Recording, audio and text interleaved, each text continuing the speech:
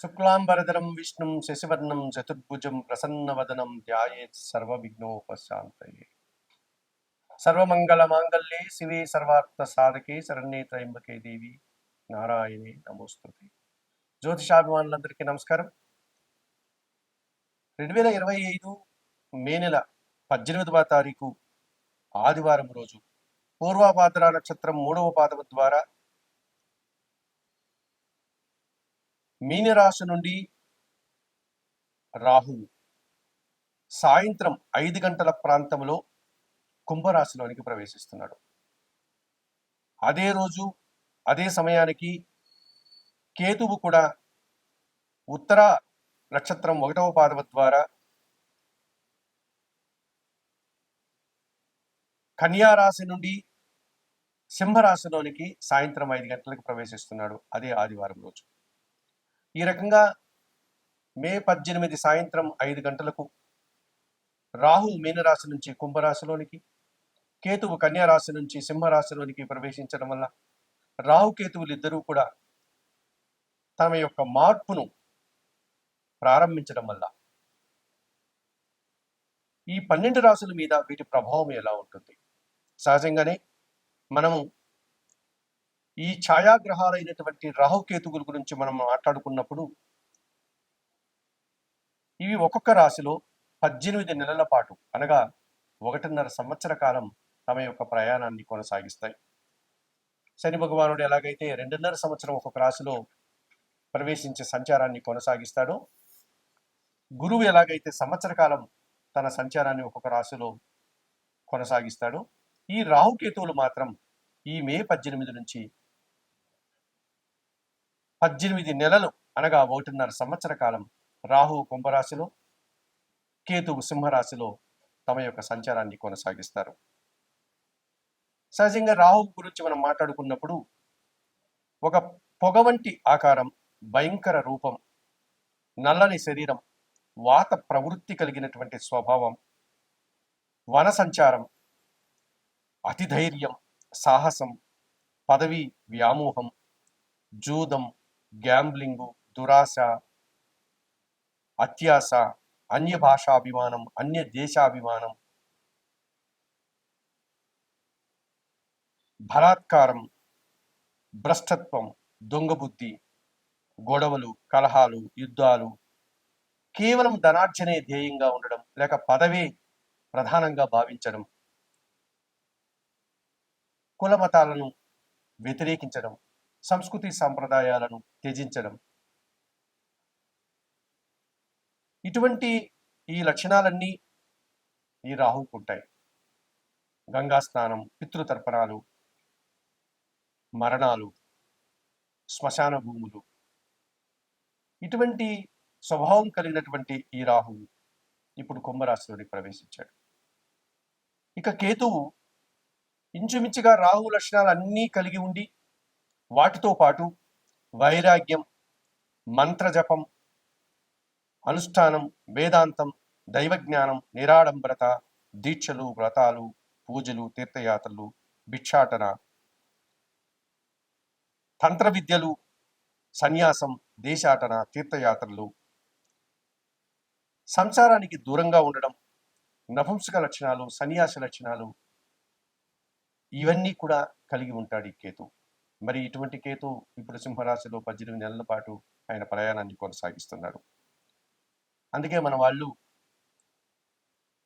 వైదిక సాంప్రదాయాన్ని అనుసరించేటువంటి జ్యోతిష్ శాస్త్రంలో ఒక సర్పాన్ని గన శరీర మధ్యంలో ఖండిస్తే తల సర్పం సగభాగం రాహువు అయితే, తోక సర్పం సగభాగం కేతువు అని చెప్తారు. ఇదన్నీ కూడా ఒక సింబాలిక్గా, ఒక ప్రతీకగా మన పెద్దవాళ్ళు మనకు చెప్పడం జరిగింది. అటువంటి ఈ రాహుకేతువులు ఇప్పుడు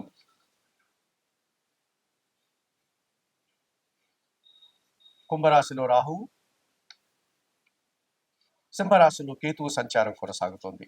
మరి 12 రాశుల మీద వీటి ప్రభావం ఎలా ఉంటుంది? ఈ రాహుకేతువుల యొక్క ప్రభావం 12 రాశుల మీద ఎలా ఉంటుంది? ధనుస్సు రాశి వారు ఈ ధనుస్సు రాశి వారికి 2025 మే 18 ఆదివారం సాయంత్రం నుంచి రాహుకేతువులు మారుతున్నారు. ముఖ్యంగా 2025 మే 18 సాయంత్రం 5 గంటలకు రాహు కుంభరాశిలోని ప్రవేశిస్తున్నాడు. అదే రోజున కేతువు కన్యారాశి నుంచి సింహరాశిలోనికి ప్రవేశిస్తున్నాడు. మరి ధనుసు రాశి వారికి కుంభరాశి 3వ భావం అయితే తృతీయ భావంలో రాహు సంచారం 100కు 100% సుఫలితాలను అందిస్తుంది. విదేశీ వ్యవహారాలు సానుకూలంగా ఉంటాయి. విదేశాలకు వెళ్ళాలనుకున్నటువంటి విద్యార్థులు కానీ, విదేశాల్లో ఉద్యోగాలు చేయాలనుకున్నటువంటి ఉద్యోగస్తులు కానీ, విదేశాలలో వ్యాపారాలు చేయాలనుకుంటే వ్యాపారస్తులు కానీ అనుకూల వాతావరణం ఉంటుంది. విదేశాల నుంచి ఆదాయం వస్తుంది. విదేశీ వ్యక్తుల నుంచి మీకు సానుకూల వాతావరణం సహకారం అందుకుంటుంది. మీకంటే చిన్నవారి సహకారం కూడా పుష్కలంగా ఉంటుంది. కనుక నూతన వ్యాపారాలు ప్రారంభించడానికి కానీ, నూతన ఉద్యోగాలు సంపాదించుకోవడానికి కానీ, ఉన్న ఉద్యోగంని నూతనంగా మీరు ఇతర ఉపసంస్థలు ప్రారంభించుకోవడానికి కానీ, ఉన్న వ్యాపారాన్ని విస్తరించుకోవడానికి కానీ అనుకూల వాతావరణం కనిపిస్తుంది. అలాగే భాగ్యములో 9వ భావంలో సింహరాశులు కేతు సంచారం కాస్త ప్రతికూల ఫలితాలను ఇచ్చే వాతావరణం ఉంది. ముఖ్యంగా తండ్రి గారి ఆరోగ్యం విషయంలో మీరు తగు జాగ్రత్తలు తీసుకోవాల్సి ఉంటుంది. గతించినటువంటి లోపించినటువంటి పూర్వ పుణ్యాన్ని మీరు సంపాదించుకునే ప్రయత్నం చేయాల్సి ఉంటుంది.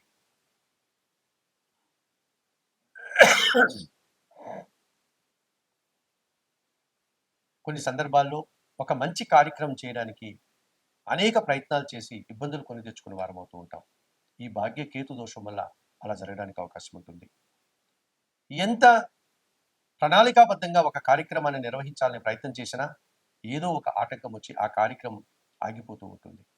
ఈ భాగ్య కేతు వల్ల కొన్ని విషయాల్లో, ముఖ్యంగా తండ్రి గారి విషయంలో కానీ, కొంతమంది గురువుల విషయంలో కానీ నిరాశని ఎదుర్కోవాల్సి ఉంటుంది.